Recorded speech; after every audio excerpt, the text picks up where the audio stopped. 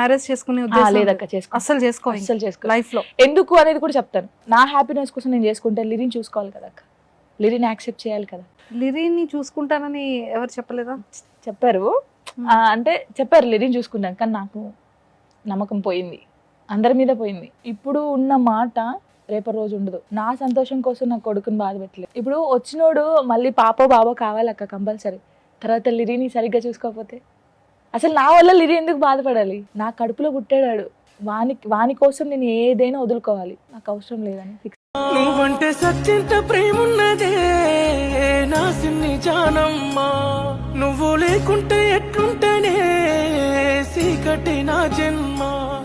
జాను జాను జాను అందరిపైన నమ్మకం పోయింది. ఈ రోజున్న మాట రేపు ఉండదు అని అన్నావు కాబట్టి ఎంత పెద్ద మహానుభావులైనా నష్టపరిహారం అంటూ తప్పదు.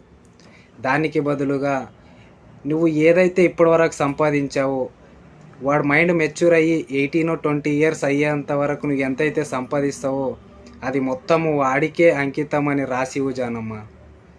నువ్వు మాట్లాడిన తప్పుకి సరిదిద్దుకున్నట్టు అవుతుంది. అందరి రిక్వెస్ట్ ఇదే ఉంది, వాడు మైండ్ మెచ్యూర్ అయిన తర్వాత వాడు ఫైనల్ డిసిజన్ వాడు తీసుకుంటాడు. అప్పటి వరకు నువ్వు హెల్ప్ చేయాల్సింది ఇది. Thank you. ఈ యొక్క పని చేస్తే నువ్వు అందరి నోట్లో ముద్ద పెట్టినట్టుంటుంది జానమ్మ.